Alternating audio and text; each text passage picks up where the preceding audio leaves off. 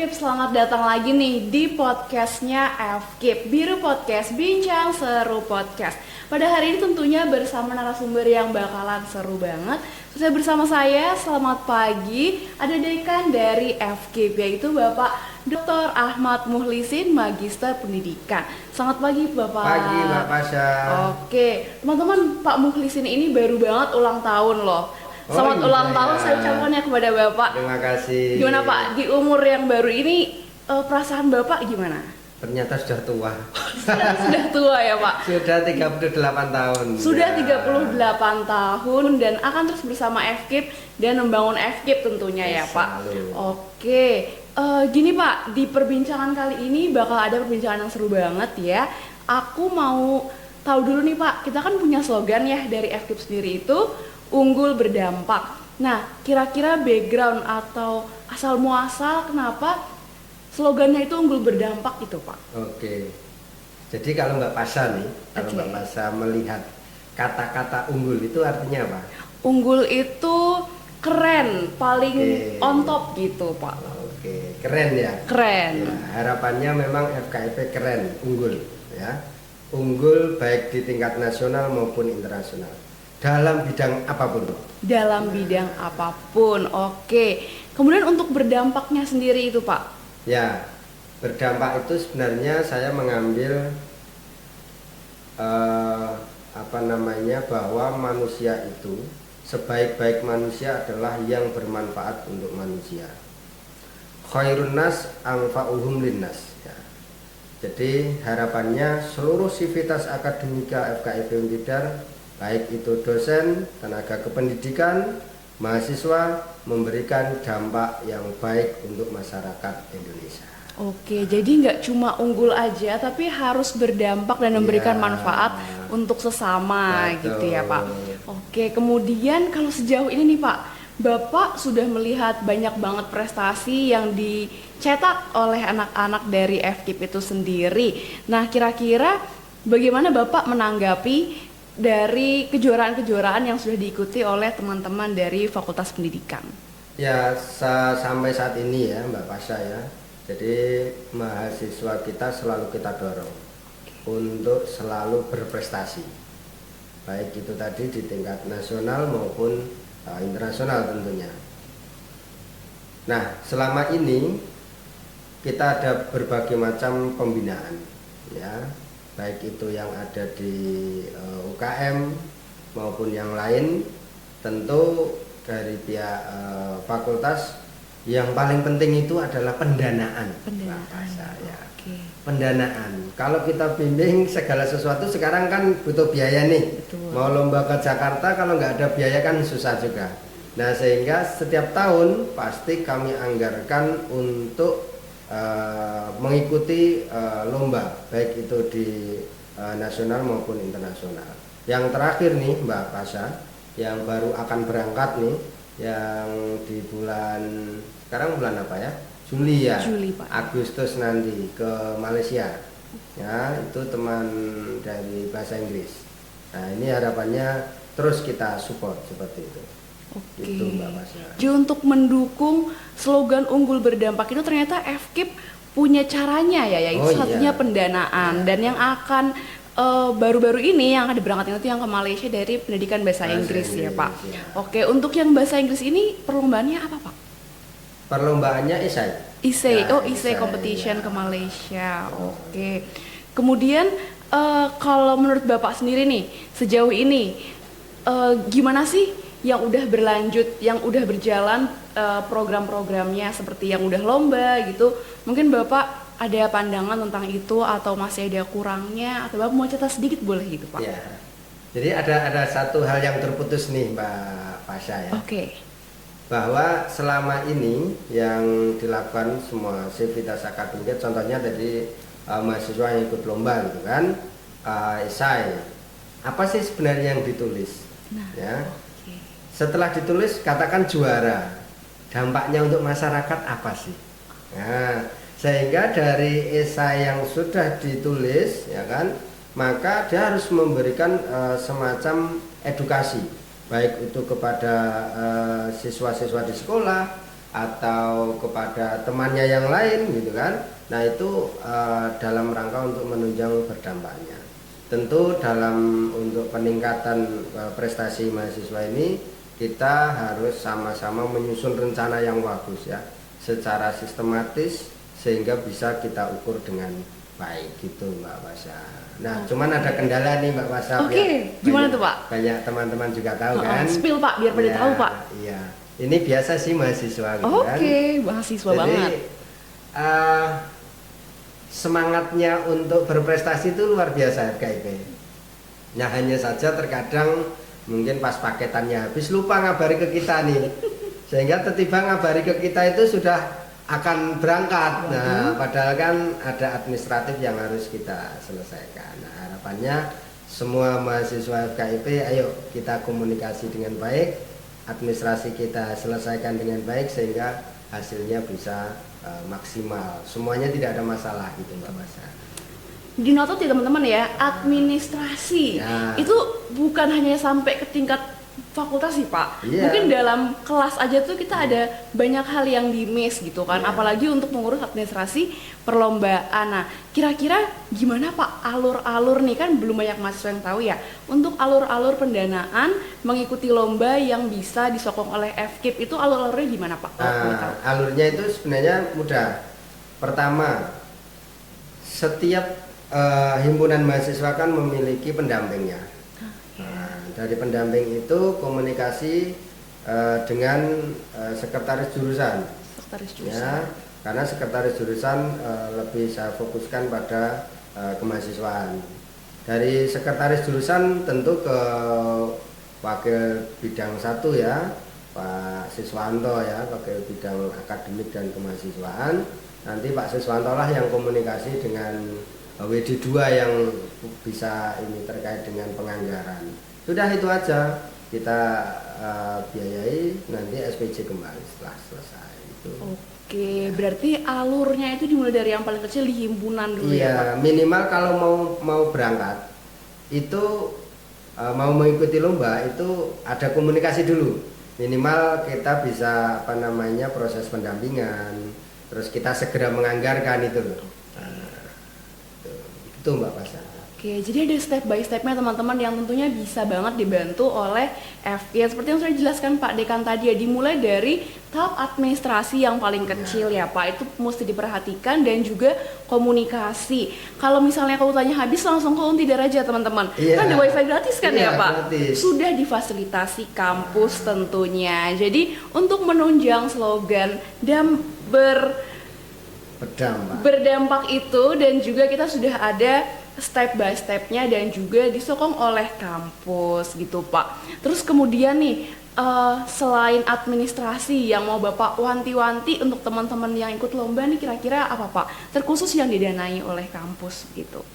Ya hanya itu aja sih Mbak. Kalau pada dasarnya kita kan juga mendukung sekali ya mahasiswa-mahasiswa yang mengikuti lomba itu, karena bagaimanapun akan membawa FKIP di kancah nasional maupun internasional. Oke, sejauh ini yang sudah menembus kancah internasional itu ada berapa Pak? Atau yang baru-baru ini?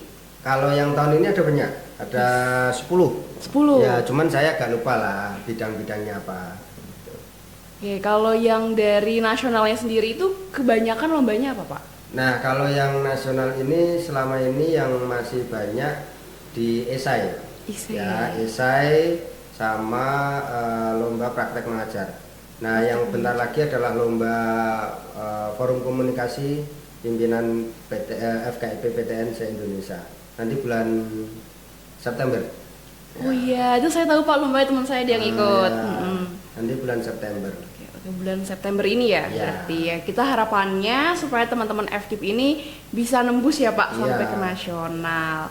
Oke, kemudian ada hal-hal mungkin unek-unek yang Bapak mau sampein gitu, atau ada yang mau Bapak ceritain sedikit tentang FKIP gitu Pak, yang paling Bapak banggakan dari FKIP? Oh iya, jadi FKIP ini perjalanannya cukup cepat ya, karena di tahun 2014 kita perguruan tinggi negeri kan, Tahun 2014 itu posisi FKIP hanya ada 2 prodi. Ya. Di tahun 2017 ada penambahan izin operasional untuk prodi pendidikan IPA S1 dan pendidikan S2 Bahasa Indonesia. Jadi ada 4 ya? 4, ya. Nah, 4. Terus di tahun 2018 ditambah 2 lagi, yaitu prodi pendidikan biologi dan matematik. Ya, berarti ada 6. Ya. Terus di tahun 2023 kita menerima izin operasional untuk program profesi, yaitu PPG. Ya, berarti ada 7 nih. Terus tambah yang baru-baru ini adalah S2 pendidikan bahasa Inggris. S2 pendidikan bahasa Inggris. Nah, sehingga ada 8 nih dari perjalanan tahun 2014. Nah, ini apa namanya suatu pencapaian yang luar biasa ya. Karena kita dipercaya untuk menyelenggarakan pendidikan di tingkat sarjana, profesi dan magister. Bapak saya tahu enggak? Mau tahu Pak, mau tahu Pak? Iya. Saya punya angan-angan sih. Wis. Sebentar lagi kita akan nambah S2 dan nambah program S3. Program S3 di prodi Kira-kira apa ya? Pendidikan Bahasa Indonesia. Kurang tepat. Oh, apa tuh Pak? Ya, jadi S3-nya adalah S3 Ilmu Pendidikan. Oh, S3 Ilmu Ya, Pendidikan. Kita ingin semua SDM-SDM yang ada di kita di seluruh program studi itu bisa membantu dalam hal peningkatan di S3 Ilmu Pendidikan ya. Terus ditambah yang baru akan kita usulkan nih yang di tahun ini S1 Pendidikan Fisika sama S1 Pendidikan Pancasila. Pendidikan Pancasila. Ya. Ditambah S2 Pendidikan IPA. Jadi insya Allah di tahun ini kita usulkan 3 itu. Nah, itu Mbak Pasha. Jadi Mbak Pasha nanti bisa lanjut lagi di sini ya. Iya, S2-nya, S2 Iya. Pendidikan Bahasa Inggris di Universitas Tidar gitu Pak. Kita mau berbincang-bincang dulu nih Pak, yang baru-baru banget hangat ini kan kemarin PPG baru aja serah terima ya Pak. Oh ya, pengukuhan. Ya, pengukuhannya. Pengukuhan guru profesional. Guru profesionalnya. Nah, selama yang udah berjalan ini Pak, PPG-nya itu gimana Pak selama berjalan ini? Sangat bagus ya. Kita kan baru dapat 2 gelombang. Oke, 2 gelombang. Dalam jabatan. Ya, jadi PPG itu kan kalau kemarin nih ada dalam jabatan dan prajabatan. Sekarang berubah lagi, ada prajabatan dan guru tertentu. Guru tertentu. Nah, yang PPG dalam jabatan yang 2 itu kita dapat dan sudah selesai kemarin kan. Itu seluruh bidang, ada 3 bidang, pendidikan bahasa Indonesia, bahasa Inggris dan IPA Mbak Pasha. Nah, bersyukurnya saya nih Mbak Pasha nih, bahwa mahasiswa dalam jabatan kan satu Indonesia. Iya, satu Indonesia. Kan, Bapak Ibu guru satu Indonesia dan sangat beragam. Sehingga dari situ kita bisa belajar juga, belajar kualitas pendidikan yang ada di Indonesia tentunya ya. Dari Sabang sampai Merauke kita kemarin dari banyak dari teman-teman semuanya itu. Nah, dari situ kita juga harus memiliki ada nilai-nilai yang kita ambil gitu kan, bahwa keberagaman itu kekuatan, Mbak. Keberagaman itu kekuatan. Keberagaman itu kekuatan. Kalau keberagaman semua itu tadi sudah sharing, sudah menentukan arah gitu, dan itu menjadi kekuatan tersendiri untuk peningkatan kualitas pendidikan, Mbak Pasha. Oke, jadi ada banyak faktor untuk mendukung pendidikan itu sendiri ya Pak. Iya. Salah satunya keberagaman. Keberagaman. Itu bisa membuat kita menjadi lebih kuat Ya. gitu ya Pak dalam mengikuti PPG dalam jabatan. Nah, PPG ini kan ada 2 ya Pak, Ya. dalam jabatan dan juga luar jabatan. Buat sobat-sobat FKIP nih kalau Prajabatan. prajabatan dan juga dalam jabatan. Prajabatan dan juga dalam jabatan. Buat sobat-sobat FKIP jangan bingung kalau misalnya nanti udah lulus gitu ya Pak. Kan pilihannya mau PPG dulu atau mau langsung S2 Ya. dulu. Nah, ngomong-ngomong S2 nih Pak, kita kan udah ada ya program S2-nya pendidikan bahasa Inggris dan juga pendidikan bahasa Indonesia. Nah, yang selama ini berlangsung itu pengajarnya siapa? Terus pembelajarannya gimana sih Pak kalau S2 itu? Ya, tentu kalau pengajarnya ya, Ya. kita kan memiliki para guru besar, memiliki para dokter banyak. Nah, guru besar dan dokter yang ada di FKIP lah yang mengajar semua, Mbak. Karena memang secara syarat administratif kan harus minimal bergelar dokter. Sehingga semua dokter dan guru besar semuanya mengajar di S2. Gitu, Mbak. Jadi terkait dengan perkuliahannya, Pak, ini sedikit apa namanya? Kita memfasilitasi Bapak Ibu guru yang sudah bekerja, ya kan, ya, sehingga perkuliahannya kita mulai di luar jam kerjanya, jadi kita kuliah di sore begitu, kita laksanakan sehingga tidak mengganggu Bapak Ibu guru yang sudah bekerja, itu Mbak Pasha. Ya, secara umum seperti itu aja sih. Oke, berarti Bapak juga mengajar S2 pendidikan bahasa Indonesia? Kebetulan saya belum mengajar karena saya di Prodipa SKS-nya sudah cukup lah, sudah sesuai dengan aturan sehingga tidak menambah lagi di S2. Yang dokter sama guru besar S2 bahasa Indonesia kan sudah banyak. Ya, itu.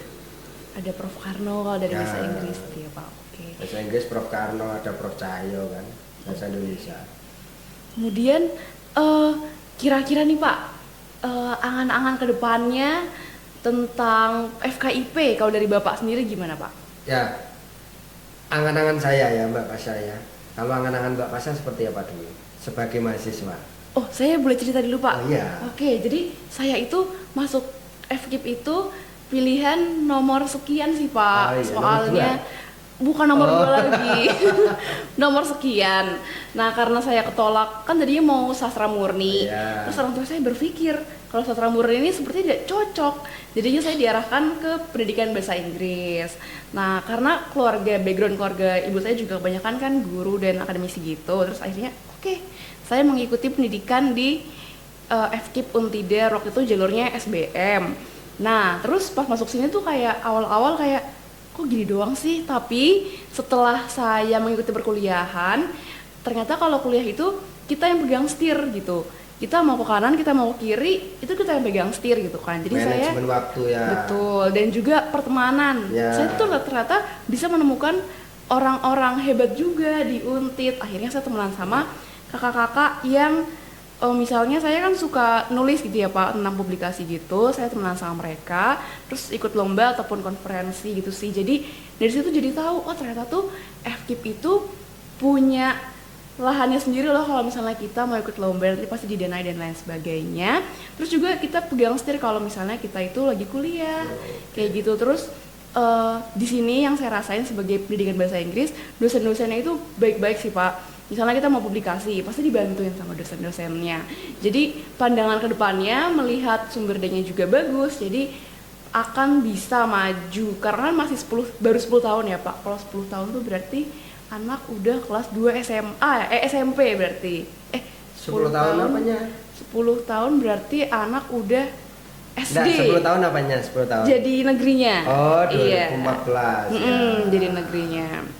Jadi pandangan saya ke depannya sih tetap selalu bagus untuk FKIP ya. Kalau dari saya sih gitu, kalau dari Bapak?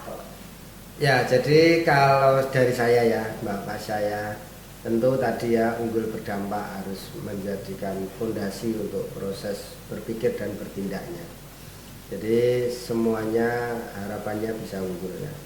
Nah, dari sisi proses pendidikan ya, harapannya di dalam proses pembelajaran semuanya ini kita sudah mengarah ke society 5.0 tentunya ya.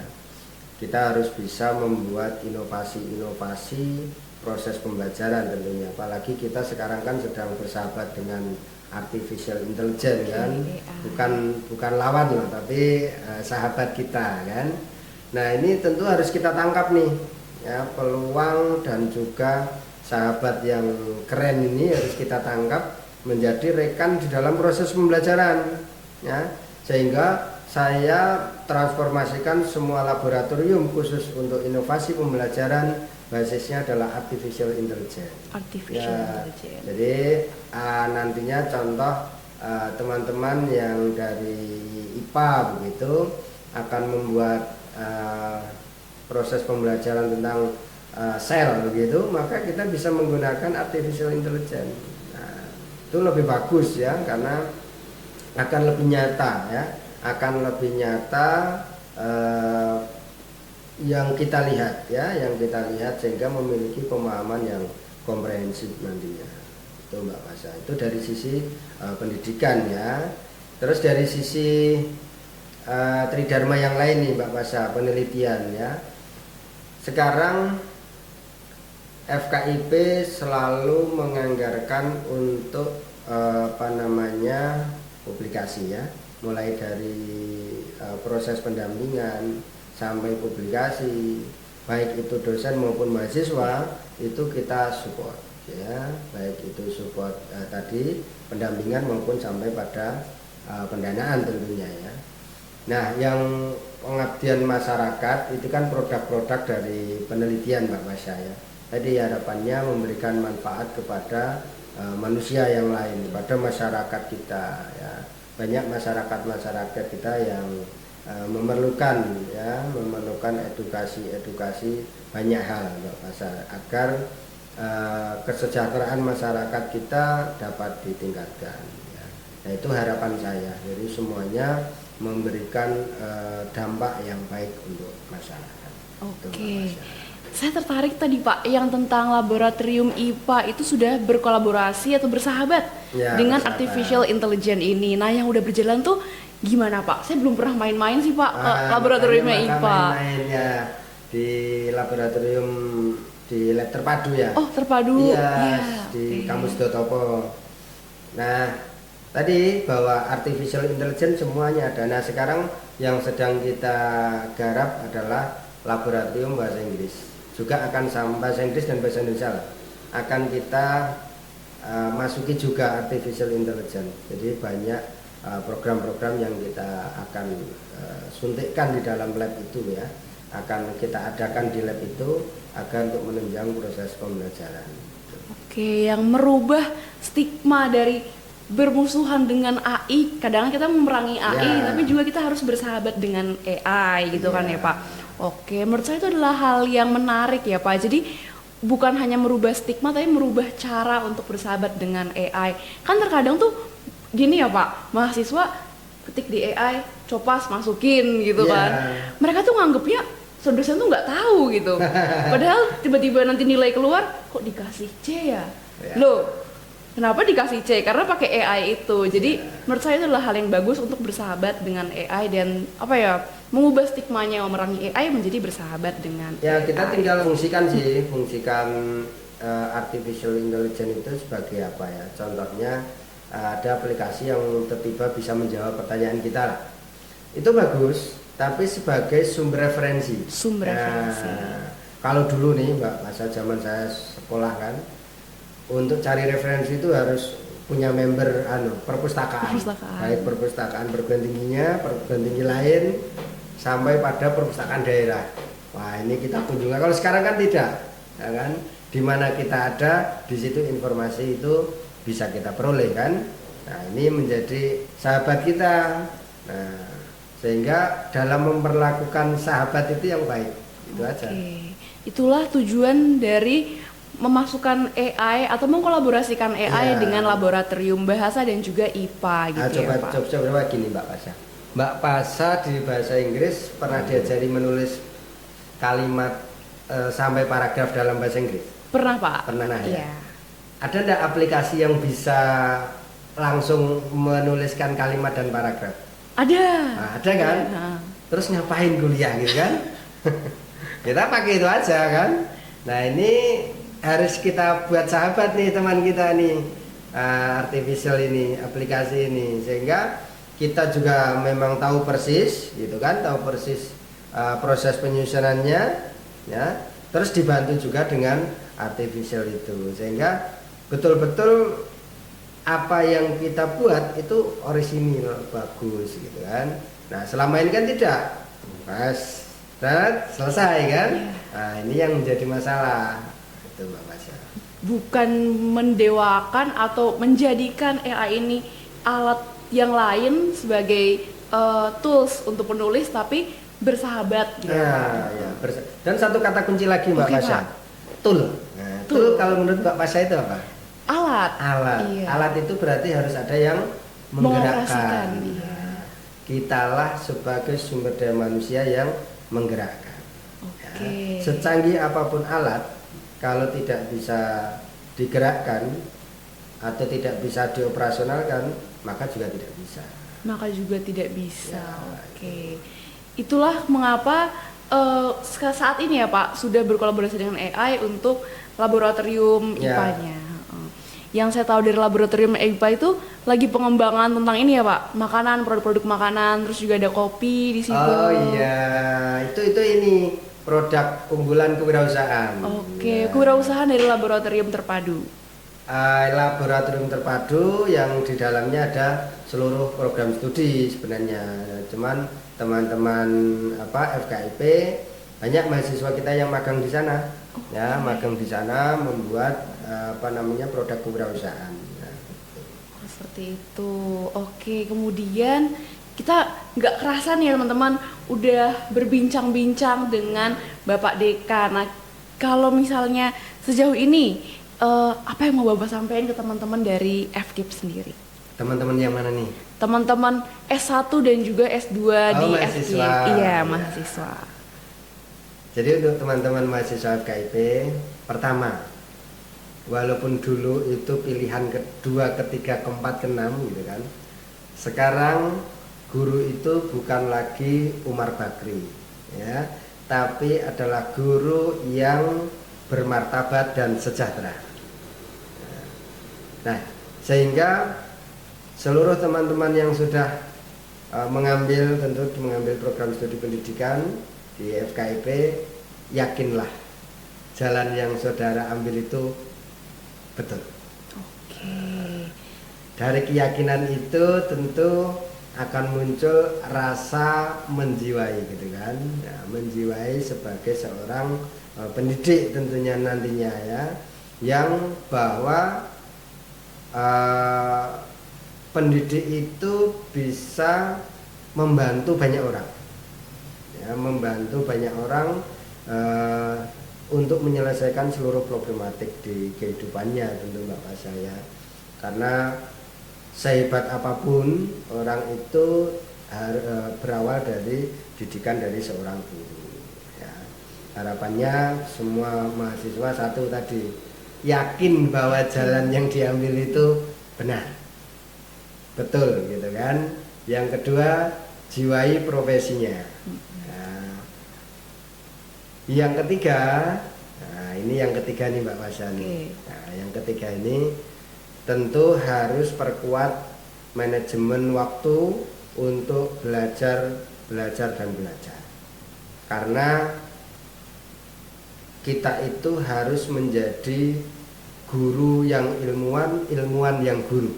Guru yang ilmuwan, ilmuwan yang guru. Nah, jadi kita harus bisa mendidik dan kita harus terus update keilmuan kita. Terus siklus itu terus, sehingga guru yang ilmuwan pada saat sudah menjadi guru, jangan lupakan ilmuwan ini, harus tetap belajar. Jangan merasa saya sudah menjadi guru nih, terus tidak mau belajar. Nah, saya sudah jadi mahasiswa nih, semester 6, ya, saya nggak mau belajar lagi. Nah, sehingga harus menjadi ilmuwan, belajar lagi. Guru yang ilmuwan, ilmuwan yang guru. Ya. Pada saat memiliki hasil, ya, hasil dari apa yang kita punya nih, pengetahuan sekecil apa yang kita punya, ingat, kita ada tugas lagi di ujung menjadi guru, harus menyampaikan kepada masyarakat agar itu memberikan dampak kepada masyarakat. Sesuai dengan slogan kita ya Pak. Jadi lulus sebagai S1 pendidikan dan juga dengan slogan kita unggul dan berdampak itu. Oke. Jadi tipsnya satu teman-teman harus menjiwai Kalau sudah teguh nih, habis itu menjiwai dan kemudian kita menjadi pendidik, yaitu pendidik yang guru dan juga ilmuwan ya. Selalu merasa kekurangan akan ilmu gitu Pak. Jadi selalu belajar terus gitu. Oke, kali itu sudah ngobrol banyak banget ya teman-teman. Terima kasih untuk Bapak Dekan yang sudah datang nih ke podcast kita, Podcast Biru di Bincang Seru Podcast gitu ya Pak. Terima kasih Bapak sudah menyempatkan waktu. Habis ini Bapak ada kegiatan apa lagi nih Pak? Ada evaluasi dengan dengan BEM ya. Oke, evaluasi dengan BEM. Nanti selamat dan selamat melanjutkan kegiatan selanjutnya dan juga sehat selalu untuk Bapak Dekan ya. Terima kasih Mbak Pasha. Terima kasih untuk Bapak Dekan dan juga terima kasih untuk teman-teman yang sudah menyaksikan podcast kita pada hari ini dan juga di session kali ini. Ditunggu untuk session selanjutnya, nggak bakalan kalah seru nih. Kalau teman-teman misalnya punya saran besok mau ditampilin siapa narasumbernya, boleh dong komen-komen ya. Sampai jumpa di session selanjutnya dari Podcast Biru. Bincang Seru Podcast. Sampai jumpa.